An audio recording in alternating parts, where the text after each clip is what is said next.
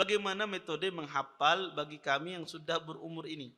Sebetulnya saya pernah jelaskan ya, nggak tahu di YouTube ada apa ya. Masalah ya menjadikan hafalan itu seperti hafalan Imam Bukhari judulnya. Bagaimana anak Anda hafalannya seperti Imam Bukhari rahimahullah taala. Sebetulnya orang itu mau kuat hafalannya, cara metode menghafalnya seperti cara metode menghafal orang dahulu. Cuma itu saja sebetulnya. Cara metodenya ada seperti metode menghafal orang terdahulu. Metode orang menghafal terdahulu itu ya itu sangat mudah. Apa metode menghafal orang terdahulu?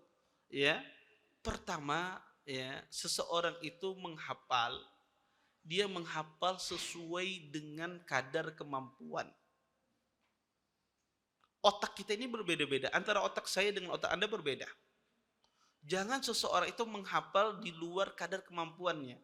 Maka hafallah sesuatu itu sedikit. Sekarang saya bisa menghafal itu Ustaz cuma 1 ayat. Atau cuma 3 kalimat, sudah. Itulah kemampuan Anda menghafal 3 kalimat. Yang lain bisa Ustaz 2 baris, itulah kemampuan dia bisa menghafal 2 baris. Anda jangan sekali-kali yang 3 kalimat menghafal 2 baris. Itu sudah kemampuan yang Allah berikan kepada Anda. Dan ulama dahulu pun demikian. Mereka menghafal sesuai dengan kadar kemampuan otak mereka. Zaman sekarang itulah salah satu kekeliruan, ya, kurang tepat. Menyamakan antara satu anak dengan anak lain dari sisi hafalan. Karena satu anak dengan anak lain itu berbeda otaknya. Berbeda tingkat kemampuannya. Makanya kalau Anda perhatikan ulama-ulama terdahulu, ya Zuhri ditanya, Zuhri ini dikatakan orang yang dikatakan dia menghafal separuh dari hadis Nabi SAW. Ditanya ini kamu sehari berapa menghafal hadis? Saya menghafal hadis cuma 5 atau 6 sehari. Itu Zuhri rahimahullah ta'ala. Ibnu Syihab Az-Zuhri. Maka kata para ulama, seseorang itu menghafal sesuai dengan kadar kemampuan otaknya. Sampai mana batas mampu otak kita ini? Kebanyakan orang itu tergesa-gesa, pengen cepat, ya cepat banyak, sudah. Itulah tidak sabar dalam menghafal. Itu yang pertama, menghafal sesuai dengan kadar kemampuan. Kemudian yang kedua adalah sering diulang. Sering diulang apa yang dihafal. Hafal sesuai dengan kadar kemampuan kita. Ustadz, ulun hafalnya 1 ayat di dalam Al-Quran. Ulun ini sudah tuha. Menghafal palingnya 3 kalimat. Hafal itu. Tidak ada masalah. Itu yang terbaik. Hafal itu. Kemudian Anda ulang-ulang. Maka insya Allah kekuatan Anda seperti kekuatan hafalan mereka zaman dahulu. Karena itu metode mereka. Anda perhatikan para salaf, itulah metode mereka menghafal. Kalau kita ingin hafalan kita seperti mereka, ikuti metode mereka. Ya.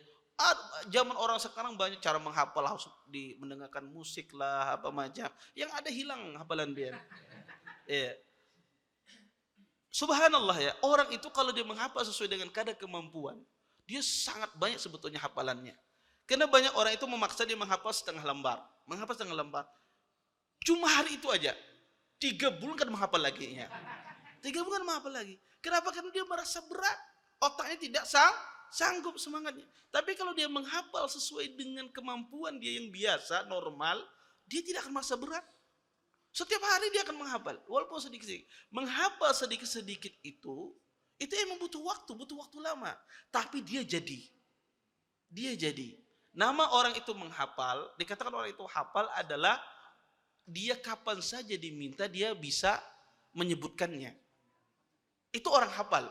Tapi kalau orang pernah hafal, dia menghafal sesuatu, kemudian ditanya ini apa sambungannya? Aku pernah hafal ini tapi gak ingat lagi. Ini pernah hafal, bukan hafal. Ini orang pernah hafal, bukan hafal. Jadi orang yang hafal itu dia kapan saja diminta dia bisa. Kapan saja dia diminta, saat itu saja dia bisa. Itu orang apa? Caranya apa? Dihafal sesuai dengan kadar kemampuan kita dan sering diulangi. Cuma 2 saja. Dan Anda cari, baca biografi semua ulama, metode mereka menghafal cuma itu saja. Tidak lebih dari itu. Tidak perlu Anda pakai teori yang sangat banyak, tidak. 2 teori ini saja. Dan itu Anda terapkan saja untuk diri Anda. Anda terapkan untuk anak Anda, insya Allah menjadi orang penghafal. Ya, penghafal Quran dan yang lainnya. Terima kasih, jazakumullah khairan wa barakallahu fikum. Video ini dibuat atas partisipasi dari donasi Anda. Semoga menjadi amal jariah bagi Anda semuanya.